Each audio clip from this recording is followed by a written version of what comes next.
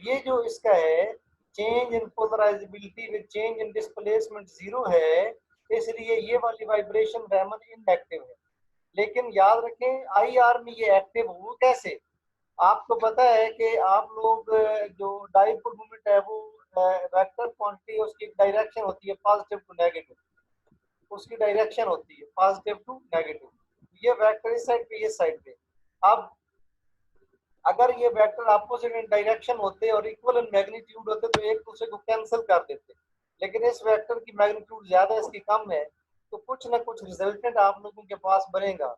Change in dipole moment जो है, dipole moment will not be equal to zero. यहाँ देखें, यहाँ क्या है, यहाँ ये वेक्टर इस साइड पे है, इस साइड पे अपोजिट इन डायरेक्शन तो है लेकिन इक्वल इन मैग्नीट्यूड नहीं है, तो यहाँ भी डाइपोल मोमेंट जो है वो जीरो नहीं है। लेकिन सिमेट्रिक स्ट्रेचिंग में क्या होता है, सिमेट्रिक स्ट्रेचिंग में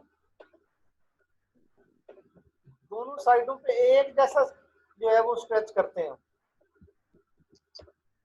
दोनों साइड पे एक जैसा स्ट्रेच करते हैं। अगर ये इक्विलिब्रियम पोजीशन है और इसको स्ट्रेच करें तो दोनों साइडों पे एक जैसा स्ट्रेच किया है। एक जैसा स्ट्रेच करने की वजह से जो वेक्टर है अपोजिट डायरेक्शन होंगे, opposite direction equal in magnitude, एक दूसरे को कैंसिल कर देंगे तो रिजल्टेंट जो है इसका डाइपोल मोमेंट जो है वो जीरो आएगा। इसलिए ये आई आर इनएक्टिव है, रैमन एक्टिव है, आई आर इनएक्टिव है, ये सूरत यहाँ में। तो ये मैंने दिखाया है। अब आखिर में देखते हैं बेंडिंग वाइब्रेशन के बारे में। अब बेंडिंग के बारे में देखते हैं। जैसा कि मैंने आपको कहा, अगर ये इक्विलिब्रियम पोजीशन है, यानी तो इक्विलिब्रियम पोजीशन पे कोई डिस्प्लेसमेंट कवर नहीं हुआ, तो ये पोलराइजेबिलिटी की कुछ ना कुछ वैल्यू है। लेकिन अगर ये बेंड करें हम, इस साइड पे बेंड करें, पोलराइजेबिलिटी में थोड़ी सी कमी आएगी। आपको पता है ना, पैरेलल में पोलराइजेबिलिटी सबसे ज्यादा है, परपेंडिकुलर में सबसे कम होती है, लेकिन ये मुकम्मल परपेंडिकुलर नहीं है। इसमें पोलराइजेबिलिटी की वैल्यू थोड़ी सी कम होगी, लेकिन इतनी कम नहीं होगी। कल मैंने इसका ग्राफ आपको ड्रा करके दिखाया था कि ऐसे है, थोड़ी कमी आती है। इसी तरह दूसरी साइड पे बेंड करें,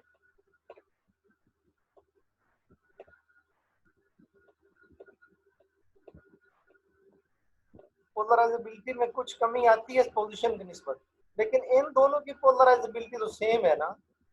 जितनी इसकी पोलराइजेबिलिटी इतनी इसकी पोलराइजेबिलिटी है। मैं कह सकता हूँ no change in polarizability with displacement, चाहे इधर डिस्प्लेसमेंट करे चाहे इधर, कोई चेंज पोलराइजेबिलिटी में नहीं है। इसलिए ये भी रैमन एक्टिव, रैमन इनएक्टिव है, लेकिन आई आर में एक्टिव है, क्योंकि इनके वेक्टर की डायरेक्शन पॉजिटिव टू नेगेटिव ये है, इसकी डायरेक्शन पॉजिटिव टू नेगेटिव ये है। और जब इनको हम करते हैं, फर्स्ट वेक्टर के हेड को दूसरे वेक्टर की टेल के साथ मिलाएं, तो कुछ ना कुछ रिजल्टेंट होता है। रिजल्टेंट होने की वजह से इसकी डाइपोल मोमेंट जीरो नहीं है। जब डाइपोल मोमेंट जीरो ना हो तो ऐसी चीज जो है वो रैमन एक्टिव होती है, आई आर एक्टिव होती है। तो कार्बन डाइऑक्साइड वाली वो वाली वाइब्रेशन जो रैमन एक्टिव है आई आर इनएक्टिव है, और जो रैमन इनएक्टिव है आई आर एक्टिव है, इसे कहते हैं mutual exclusion principle. I hope कि आप लोगों को समझ आई गई होगी इसकी ग्राफ की। Yes sir.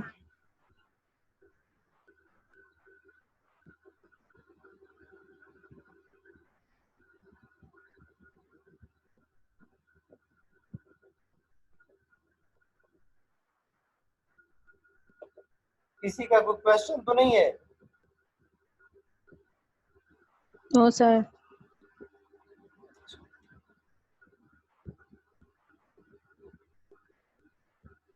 अब ये देखिए, रोटेशनल रैमन स्पेक्ट्रा है। आप लोग ये वाला फार्मूला आप लोग कर चुके हैं नॉन रिजिड रोटर के लिए, एनर्जी ऑफ रोटेशन ये है। तो रैमन स्पेक्ट्रोस्कोपी के लिए सिलेक्शन रूल, वहां पे सिलेक्शन रूल क्या था, delta J is equal to plus minus 1, ये सिलेक्शन रूल था रोटेशनल स्पेक्ट्रोस्कोपी में।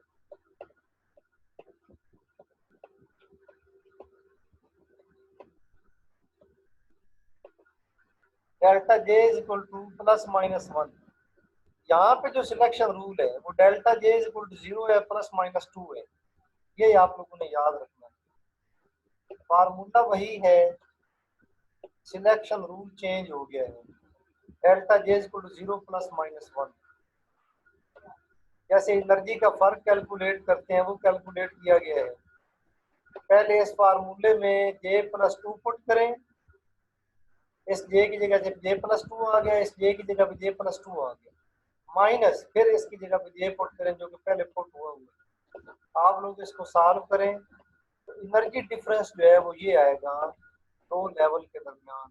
आपको पता है डेल्टा जे प्लस 2 से क्या मुराद है, 0 से 2 में जा सकता है, 1 से 3 में जा सकता है, 2 से 4 में जा सकता है, 3 से 5 में जा सकता है, ये प्लस 2 है।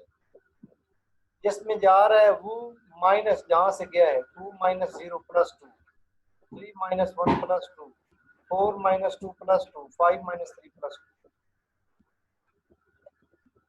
तो ये, और इसमें जो एनर्जी होगी वो एनर्जी ये वाली होगी, इन्वॉल्व होगी एनर्जी।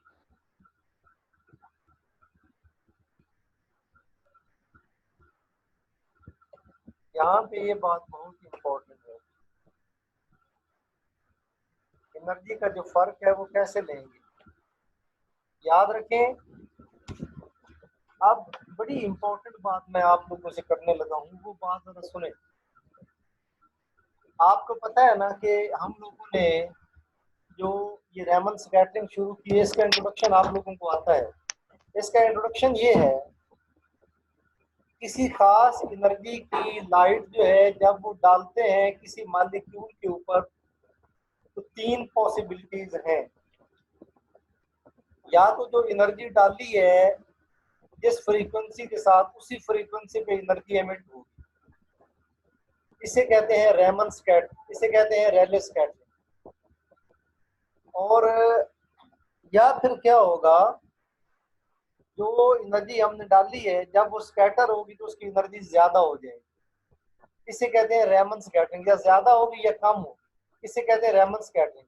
अगर जो स्कैटर्ड रेडिएशन जो स्कैटर होकर जा रही है उसकी एनर्जी ज्यादा हो जाए तो उसे हम कहते हैं एंटी स्टोक्स लाइन, जो ग्राफ के ऊपर लाइन आती है ना उस एनर्जी के कोरस्पॉन्डिंग, उसे कहते हैं एंटी स्टोक्स लाइन। और अगर जो स्कैटर्ड रेडिएशन उसकी एनर्जी इंसिडेंट की निस्बत कम हो जाए उसे कहते हैं स्टोक्स लाइन, एस से स्मॉल एस से स्टोक्स। ये वो एनर्जी है जो आप लोग डालते हैं उसके ऊपर, ये वो एनर्जी है, ये जो दी गई है एनर्जी रिक्वायर्ड फॉर एक्साइटेशन। और ये है जब ये बता रहे हैं कि उस एनर्जी में कमी कितनी आएगी, ये समझें आप। फर्ज की आपने कुछ एनर्जी डाली है, ज्यादातर तो चांसेस हैं, ज्यादातर मॉलिक्यूल तो एनर्जी सारी की सारी एमिट कर देते हैं और एक बड़ी सी लाइन, मोटी सी लाइन आप लोगों के पास आ जाती है। लेकिन कभी कभार एनर्जी में कमी आ जाती है, वो जो एनर्जी में कमी है वो एनर्जी कहाँ जा रही है, वो मॉलिक्यूल को ट्रांजिशन करवा रही है 0 से 2 में, 1 से 3 में, 2 से 4 में, 3 से 5 में, कितनी कितनी कमी आती जा रही है, ये फार्मूला बताता है। फर्ज किया हमने जो एनर्जी डाली है वो 4000 सेंटीमीटर इनवर्स की है। अब देखना है ज्यादातर मॉलिक्यूल तो वही एनर्जी जो है वो खारिज कर देंगे, कुछ लाखों में से कुछ मॉलिक्यूल ऐसे होंगे जो एनर्जी एब्जॉर्ब करेंगे। वो जो एनर्जी एब्जॉर्ब करें वो कहाँ जा रही है, ए की जगह 0 पुट करें, 0 पुट कर दिया तो आपके पास आ गया 6b, अगर HCl का मॉलिक्यूल है तो B की वैल्यू 1.8 है, 1.8 को 6 के साथ मल्टीप्लाई करें तो आपके पास 6 दूनी 12, 11 आ जाएगा। 4000 में से 11 को माइनस करें तो आप लोगों के पास 3999 यानी कम एनर्जी वो एमिट होगी, वो यहाँ पे होगी। एक लाइन यहाँ पे आ गई। तो बल्कि इस साइड पे एनर्जी, सपोज अगर इस साइड पे एनर्जी बढ़ रही है, ये रेले स्कैटरिंग वाली लाइन है, क्योंकि ज्यादातर मॉलिक्यूल तो वही एमिट कर देते हैं। ये वो एनर्जी है जो मॉलिक्यूल इस्तेमाल कर रहे हैं, जो मॉलिक्यूल ने ऑब्जर्व कर लिए 0 से 2 में जाने के लिए। अब हम देखना चाहते हैं 1 से 3 में जब जाते हैं तो कौन सी एनर्जी ऑब्जर्व होती है। जे की जगह 1 पुट करें, 4 6 और 10, क्योंकि 4 1 और 4, 6 और 4 10 हो गए। 1/8 से मल्टीप्लाई करें 18 हो गए। 4000 में से माइनस करें 18 तो आपके पास 3982 वो यहाँ पे आ जाएगी। इसी तरह आप देखना चाहते हैं ये इज इक्वल टू 2 से 4 में जाए, यहाँ एक दिन 2 पुट करें, 2 4 आर 8 6 और 14, 14 को 1/8 से मल्टीप्लाई कर दे 26 आ गया। तो 4000 में से 26 माइनस करें 3974, यहाँ पे कम आ गई, कम एनर्जी आ गई। अब क्या होता है, ये तो कम एनर्जी, अब ज्यादा एनर्जी कैसे एमिट होती है। सपोज आप लोगों ने जब एनर्जी डाली थी, जो मॉलिक्यूल था वो पहले ही दूसरे रोटेशनल लेवल में था, लेकिन जब आपने एनर्जी डाली, मॉलिक्यूल ने कुछ इंटरेक्शन की उस मॉलिक्यूल ने एनर्जी के साथ, और मॉलिक्यूल वापस आ गया नीचे। जो एनर्जी उसने एमिट की है अब वो भी इस एनर्जी में शामिल हो जाएगी, कितनी एनर्जी एमिट की है। तो आया किस में, 0 में। तो आप लोग 4066 भी 12 आ गया, जो एनर्जी एमिट होगी वो 4012 होगी, 4011। इस तरह एमिट होने वाली एनर्जी जो है वो ज्यादा होती है, ये ज्यादा होती जा रही है। और लाइनों की लंबाई इस तरह क्यों है, ये आप लोग प्रोबेबिलिटी कंसिडरेशन में जानते हैं।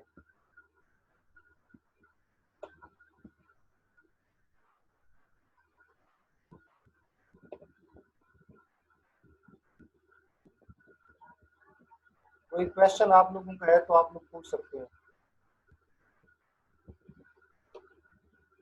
एक बार फिर मैं आप लोगों को बता देता हूँ,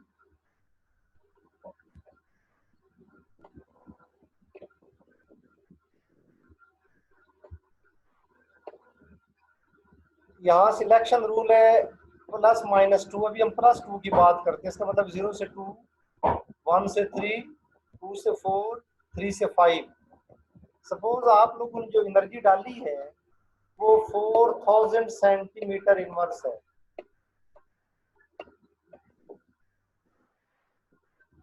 सपोज आप लोगों के पास HCl गैस का एक सैंपल है, उसके ऊपर आप इतनी एनर्जी डाल रहे हैं। तो याद रखें ज्यादातर मॉलिक्यूल ऐसे होंगे लाखों के हिसाब से जो वही एनर्जी एमिट कर देते हैं जो एब्जॉर्ब करते हैं, वो सारे के सारे फोटोन एमिट कर देते हैं। तो सेंटर में एक लाइन आ जाती है 4000 की, बड़ी सी लाइन, क्योंकि ज्यादातर मॉलिक्यूल वही एनर्जी एमिट कर देते हैं। सपोज ये आपके पास 4000 सेंटीमीटर इनवर्स है, 4000 सेंटीमीटर इनवर्स। लेकिन कभी कभार क्या होता है, जो एनर्जी आगे स्कैटर होकर जाती है वो एनर्जी 4000 से कम होती है। वो कम क्यों हो रही है, क्योंकि उसमें से कुछ एनर्जी जज़ब हो गई है मॉलिक्यूल को 0 से 2 में लेके जाने के लिए। कुछ मॉलिक्यूल फर्स्ट रोटेशनल लेवल में थे, उनको 1 से 3 में जाने के लिए इस्तेमाल हो गई है। कुछ सेकंड में थे, दूसरे को 4 में जाने के लिए इस्तेमाल हो गई है वो इस्तेमाल होगी। अब हम देखना चाहते हैं कि 0 से 2 में जाने के लिए जो एनर्जी इस्तेमाल हुई वो कितनी है। ए की जगह 0 पुट करें, 4 0 और 0 6, बी की वैल्यू 1.8 है, 1.8 को 2 कंसीडर करें तो 6 × 2 12 आ गया। तो 12 सेंटीमीटर इनवर्स एनर्जी इसमें से एब्जॉर्ब होगी। 4000 में से 12 को माइनस करें या 11 को, वो बन गया 3999। 4000 से थोड़ा कम एनर्जी पे, अगर एनर्जी को मैं इधर स्केल लगा लूँ कि बढ़ रही है, तो 3999 की यहाँ एक लाइन आ जाएगी। अगर कोई पूछे कि ये लाइन क्यों आती है, हमने तो एनर्जी 4000 दी थी, हमें 3999 मिल रही है, तो आप कहेंगे जो ऊपर वाली 11 सेंटीमीटर इनवर्स है ना, वो मॉलिक्यूल को 0 लेवल से 2 में लेके जा रही है। और आप लोगों को मैंने बताया, जब हम कहते हैं जे इज इक्वल टू 0, इसका मतलब क्या होता है? इसका मतलब मॉलिक्यूल स्टेशनरी है, मॉलिक्यूल रोटेट नहीं कर रहा। जब मैं कहता हूँ जे इज इक्वल टू 2, इसका मतलब मॉलिक्यूल तेज से रोटेट कर रहा है। जे इज इक्वल टू 3, मॉलिक्यूल और तेज से रोटेट कर रहा है। ये जो रोटेशनल लेवल है ना, इनका मतलब है रोटेशन की स्पीड, तो मॉलिक्यूल कितनी स्पीड के साथ रोटेट कर रहा है। जे इज इक्वल टू 0 से मुराद बिल्कुल stationary, J is equal to 1 से मुराद आहिस्ता आहिस्ता रोटेट कर रहा है, जे इज इक्वल टू 2 से मुराद तेज से रोटेट कर रहा है। तो जब मैं कहता हूँ molecule J is equal to 0 से जे इज इक्वल टू 2 में गया है, 11 सेंटीमीटर इनवर्स एनर्जी एब्जॉर्ब हुई है। वो 11 सेंटीमीटर इनवर्स कहाँ जा रही है? वो एक स्टेशनरी मॉलिक्यूल को तेज से रोटेट करवा रही है। मैं कहता हूँ मॉलिक्यूल 1 से 3 में जाता है, इसकी लाइन कहाँ पे आएगी? आप 1 पुट करें यहाँ जे की जगह पे, 4 1 आर 4 प्लस 6 10, 10 इंटू 1.8 18 आ गया, 18 आ गया। 4000 में से 18 माइनस करें, 3982, यहाँ पे लाइन आएगी, यहाँ पे लाइन आएगी। तो ये जो एनर्जी है कुछ मॉलिक्यूल को वो यहाँ पे एब्जॉर्ब हो जाती है। तो ये चूंकि एनर्जी जो स्कैटर्ड एनर्जी है ये कम है, इनको हम कहते हैं स्टोक्स लाइन। आप इस तरह याद रख लें, एस से स्मॉल, एस से स्टोक्स।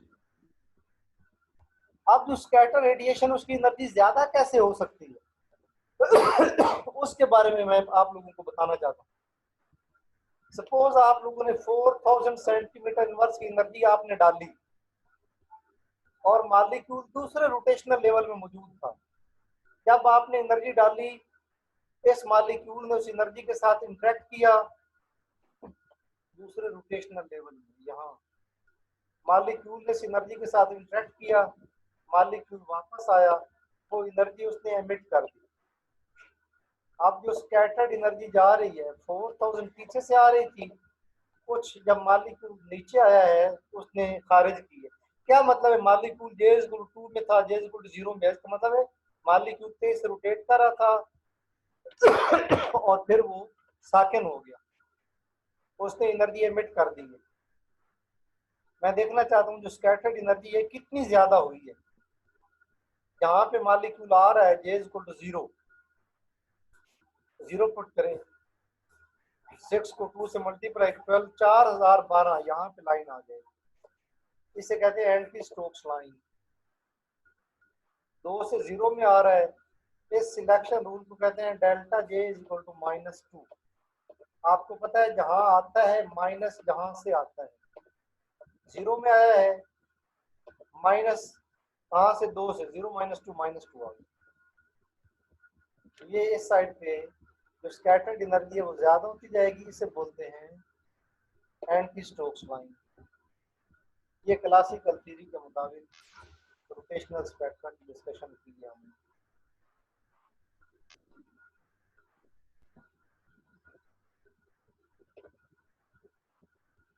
किसी का कोई क्वेश्चन है?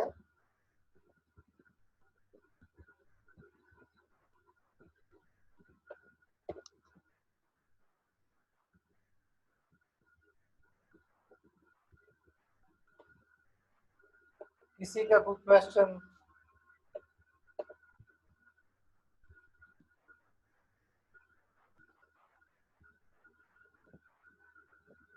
ये वो एनर्जी है 4000 जिसमें से कम या ज्यादा होती है एनर्जी। ये डेल्टा जे +2 है, ये डेल्टा जे -2 है, जो आपको बता रहा था। ये स्टोक्स लाइन है कम एनर्जी वाली, ये एंटी स्टोक्स लाइन है ज्यादा एनर्जी वाली। ये इसका जो है ये वो कैलकुलेशन है जो मैं आप लोगों को भी बता रहा था। जो हमने फर्ज की है वो 436 है। 436 में कितनी कितनी एनर्जी कम हो रही है और कितनी कितनी ज्यादा हो रही है, ये वैल्यूज दी गई है। बड़ी मजे की चीज है, आप लोग एक बार पढ़ेंगे तो आप लोगों को समझ आ जाएगी। तो सर ये हमें नोट सेंड कर दें, जी, हमें नोट सेंड कर दें ये वाले। ये आपके पास नहीं है? नहीं है। सारे नहीं है रेमन के? No sir. सर सारे नहीं। मैं भेज देता हूँ। अल्लाह हाफिज। अल्लाह हाफिज़।